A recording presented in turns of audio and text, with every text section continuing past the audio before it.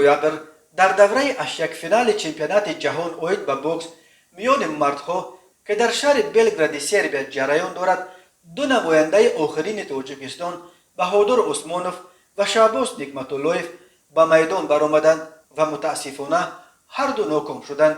کمیته ملی المپی تاجیکستان خبر داد که در وزن 80 کیلوگرم شعباز نعمتاللهیف از کیلند کسادی ایرلندیا و در وزن 63 کیلوگرم بهادر عثمانوف از سوماچ ونگوسوان از تایلند با حساب 1-4 مغلوب گردیدند. به این ترتیب چمپیونات جهان برای همه 8 عضو دسته تاجیکستان انجام یافت و متاسفانه بدون یگان مدال.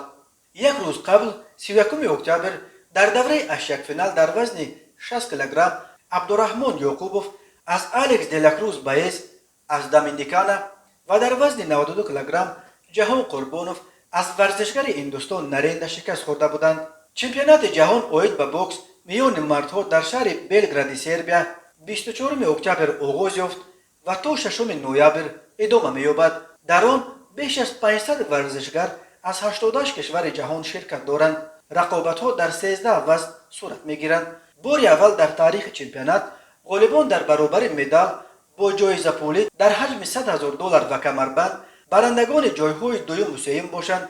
در برابر مدال متناسباً با جایزه پولی در حجم $50,000 و $25,000 قدردانی می‌شوند.